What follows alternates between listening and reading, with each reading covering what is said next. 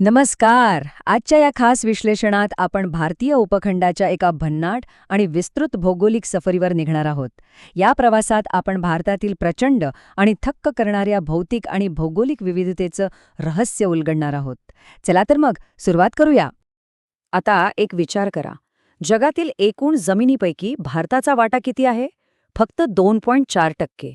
हो, अगदी बरोबर ऐकलत. पण एप्रिल 2023च्या UNFPA अहवालाने सगळंच चित्र पालटून टाकलं. या अहवालानुसार आपला देश आता जगातील सर्वाधिक लोकसंख्या असलेला देश बनलाय.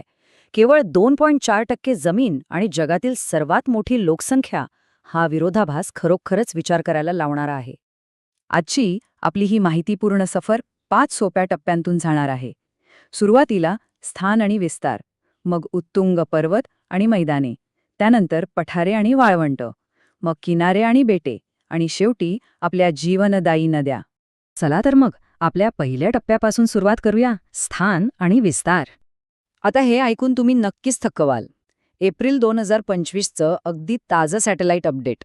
या नवीन तंत्रज्ञानानुसार आपली किनारपट्टी आता पूर्वीपेक्षा खूप मोठी मोजली गेली आहे. म्हणजे अचूक सांगायचं तर जवळपास 12,000 किलोमीटर, म्हणजेच 11,998.81 किलोमीटर. प्रत्येक लहान खाडी आणि बेटाची बारकाईने मोजणी केल्यामुळे हा आकडा समोर आलाय. विचार करा, यामुळे देशाला समुद्रात किती विशाल असा अनन्य आर्थिक क्षेत्र, म्हणजेच एक्सक्लुसिव्ह इकॉनॉमिक झोन मिळतोय, जो आपल्या अर्थव्यवस्थेसाठी एक मोठा गेम चेंजर ठरू शकतो. आपल्याला सहसा वाटतं की भारतात फक्त उत्तुंग पर्वतच जास्त आहेत, बरोबर? पण प्रत्यक्षात गणिताचे आकडे काही वेगळंच सांगतात. पर्वतांपेक्षा सपाट मैदानांचं वर्चस्व इथे खूप जास्त आहे. तब्बल 43% भूभाग हा मैदानी आहे आणि उंच पर्वत ते फक्त 10.7% भागात आहेत. आहे की नाही आश्चर्यकारक? आता आपण वळूया दुसऱ्या भागाकडे, विशाल पर्वत आणि मैदाने. भारताच्या उत्तरेकडून हळूहळू दक्षिणेकडे खाली उतरताना आपल्याला हिमालयाच्या 4 मुख्य रांगा लागतात. सर्वात आधी लागतो तो अतिप्राचीन असा ट्रान्स हिमालय. मग येतो माउंट एव्हरेस्टसारखी सर्वोच्च शिखरे असलेला ग्रेट हिमालय. त्यानंतर पर्यटकांच्या आकर्षणाचं केंद्र असलेला मिडल हिमालय आणि सर्वात शेवटी बाहेरची गवताळ अशी शिवालिक रांग. आता इथे एक भारी गोष्ट घडते. नद्या जेव्हा हिमालयातून वेगाने खाली मैदानात आदळतात, तेव्हा त्या 8 ते 10 किलोमीटर रुंदीचा एक खडकाळ पट्टा तयार करतात. याला भावर म्हणतात. इथली जमीन इतकी सच्छिद्र असते ना, की खाली उतरणाऱ्या नद्या या दगडांखाली जणू काही गायबच होतात.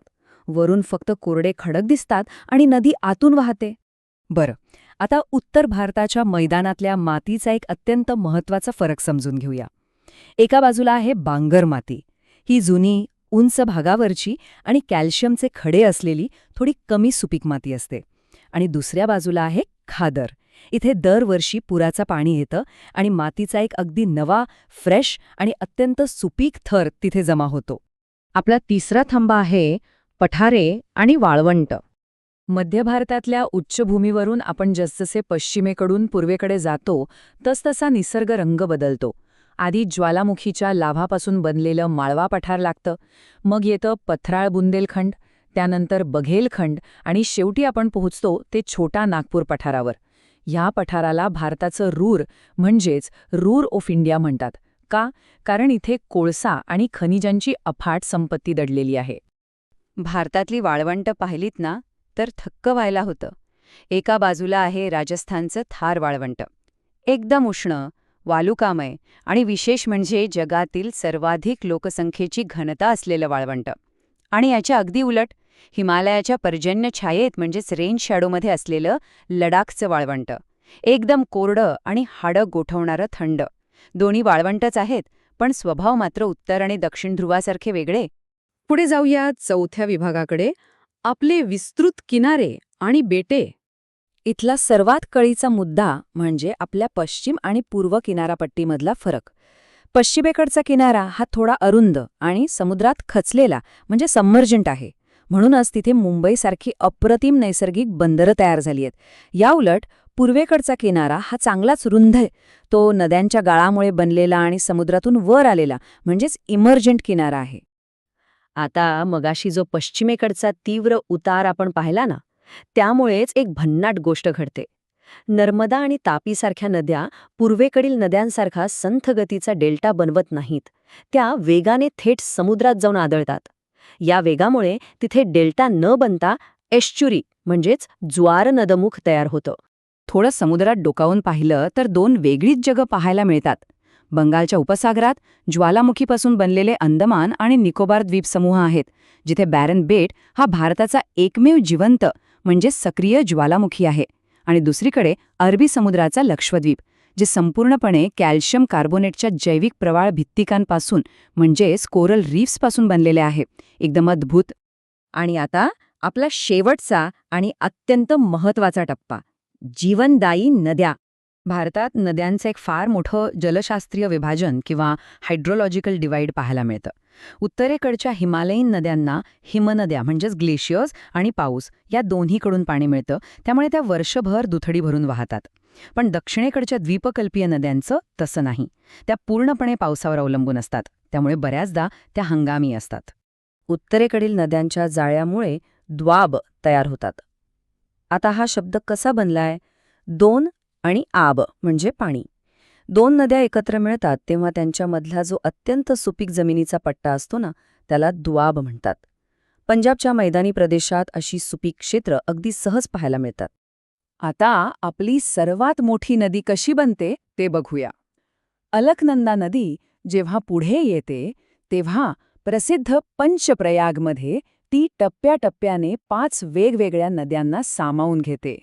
आणि शेवटी देवप्रयाग येथे ती भागीरथीला मिळते आणि तिथेच जन्म होतो आपल्या विशाल अशा गंगा नदीचा. पण इथे एक मोठा प्रश्न पडतो. आपण मगाशी पाहिलं की दक्षिणेकडच्या नद्या पावसावर अवलंबून असल्याने बऱ्याचदा कोरड्या पडतात. मग हिमनद्यांचा कोणताही आधार नसतानाही दक्षिणेकडची कावेरी नदी वर्षभर पाण्याने कशी भरलेली असते? विचार करण्यासारखी गोष्ट आहे ना? याचं उत्तर दडलंय निसर्गाच्या आणि भूगोलाच्या अगदी परफेक्ट टायमिंगमध्ये. कावेरी नदीला उन्हाळ्यात नैऋत्य म्हणजे साऊथ वेस्ट मान्सूनकडून पाणी मिळतं आणि हिवाळ्यात परतीच्या ईशान्य म्हणजे नॉर्थ ईस्ट मान्सूनकडूनही पाणी मिळतं. यामुळे ऋतू कोणताही असो तिचं पाणी अविरत वाहतच राहतं.